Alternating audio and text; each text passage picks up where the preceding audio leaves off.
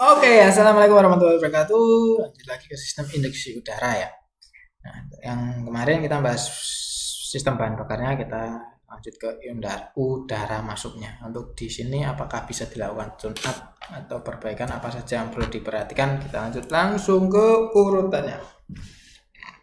Oke, yang pertama, apa aja yang komponen yang termasuk pada sistem aliran induksi udara? Yang pertama ada air cleaner atau filter udara, intake air connector pipe, air valve, throttle body, intake chamber, intake manifold, masuk ke silinder. Nah, bisa digambarkan seperti tergambar di atas ini.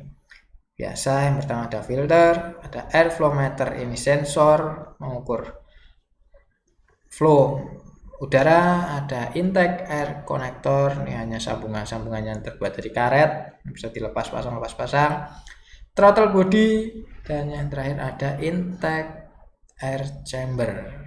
Diinjeksi selalu ada chamber seperti ini ya.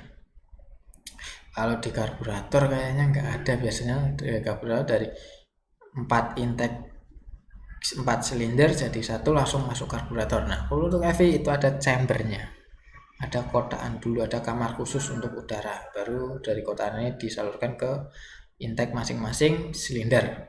Nah, oke, kita fokus ke throttle body. Ini komponen yang biasanya ketika tune up itu dilakukan pembersihan. Dan orang berpikirnya injeksi itu ora perlu diresiki, wong nganggo injeksi suntikan, ora kaya nganggo karburator. Tidak.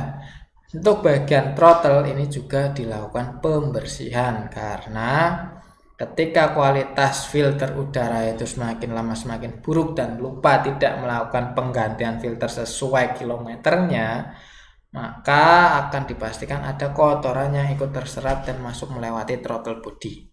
Bagian ini juga wajib dilakukan pembersihan. Nah, komponen-komponennya ada idle speed adjuster screw, ini yang untuk mengukur putaran idle, ada sensor TP, TPS, tutup sensor, ada coolant air radiator, ini ada katup khusus untuk yang mendeteksi air radiator atau mesin kondisi panas atau dingin. Ini dashboard atau tempat bagian debu atau kotoran debu. Nah, cuman yang perlu diperhatikan di sini. Nah, bagian sensor itu jarang sekali dilakukan, ya tidak boleh dilakukan pembersihan atau harus kondisi kering. Kalau kamu menyemprotkan cleaner atau bensin, diusahakan untuk bagian sensor tidak boleh terkena cairan tersebut karena ini elektronik. Dan ketika kalian setelah melakukan pembersihan, ini sudah dibersihkan, dipastikan bagian sensor ini terlebih dahulu posisinya kering. Mau dilap, mau disemprot silahkan, yang penting kondisi kering. Terus bagian lubang-lubang pada throttle body yang ini seperti kayak karbu juga silahkan dibersihkan, dilakukan penyemprotan. Air valve web tape saluran coolant ini ada yang masih menggunakan sistem ketika kondisi dingin, valve ini akan membuka sehingga udara masuk diperbanyak, stasioner akan lebih tinggi dari standarnya. Tapi ketika mesin sudah panas, air coolant ini masuk panas, katup ini akan menutup. Nah, mesin akan kembali ke putaran idle. Itu hanya untuk proses ketika pertama penyalaan mesin. Tapi untuk yang sekarang sudah tidak ada, karena sudah menggunakan sensor EOT, engine oil temperature atau WTS, water temperature, jadi sudah tahu oh ini posisi mesin panas atau mesin dingin, langsung saja idle throttle ini bekerja. Nah, prosesnya itu yang perlu dibersihkan itu bagian yang ini. Nah, saluran udara masuk from air clean ini dari filter to air chamber ini yang masuk ke chamber atau ke mesin. Nah, ketika putaran idle dilihat ya, udara itu melewati idle screw bagian kecil, bypass circuit dan masuk ke mesin. Yang bagian besar utama itu udara tertutup. Besar kecilnya jalur ini yang menentukan putaran idle. Jadi kalian setel berapa jumlah udara yang masuk ke mesin. Berbeda dengan karburator. Ingat-ingat ya, semakin besar bukaan ini maka mesin semakin besar, semakin kecil udara yang melewati sini maka idle akan semakin kecil. Ini bisa dibersihkan dan ya wajib dibersihkan terus ini. Nah, yang paling penting ketika kalian melakukan tune-up,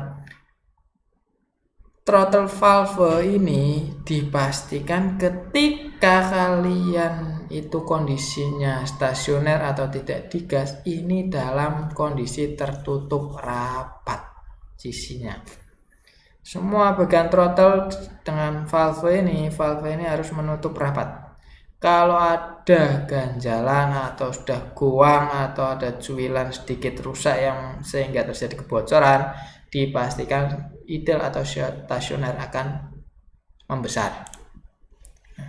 Nah, ini yang tadi ketika panas atau dingin, ini sudah nggak ada, jadi kalian sudah nggak perlu memperhatikan ini lagi. Ini yang ada pada mobil-mobil tua. Dilihat aja ada saluran coolant yang masuk ke throttle body, ini berarti model tua dan ini merupakan, ini bisa dibersihkan cat valve ini sehingga bisa